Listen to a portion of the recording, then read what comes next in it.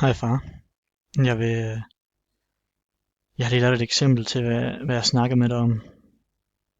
Og det jeg egentlig gerne vil, det er, at det er godt nok Google. Jeg tænker, du nok er vant til at bruge Microsoft Excel, men jeg tror, det er de samme kommandoer, man bruger.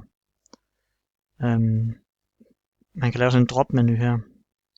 Det er sådan, jeg har tænkt mig at bruge, men det skulle være det samme som bare at skrive det der.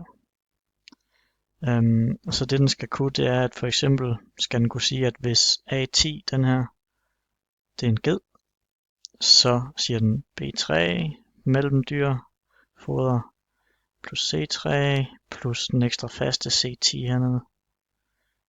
Men hvis det så er en ko, så siger den i stedet for B4 for det store dyr, C4 og den ekstra faste. Og så skal den ligesom kunne alle dem, bare i den her firkant her, have alle de her indbygget i en lang køre.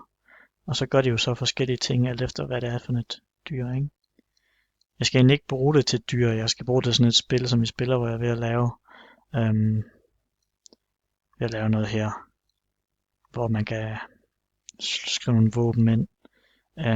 Men så skal den så trække, hvis det så er sådan et her, så skal den så trække fra det her tal, plus et andet.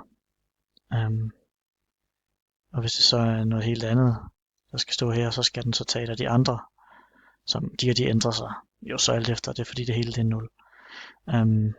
Så det her eksempel viser meget godt, hvad det er, jeg har brug for. At alle de her, de er beskrevet i en linje, og den simpelthen ændrer sig og tager nogle forskellige tal alt efter, hvad det bliver.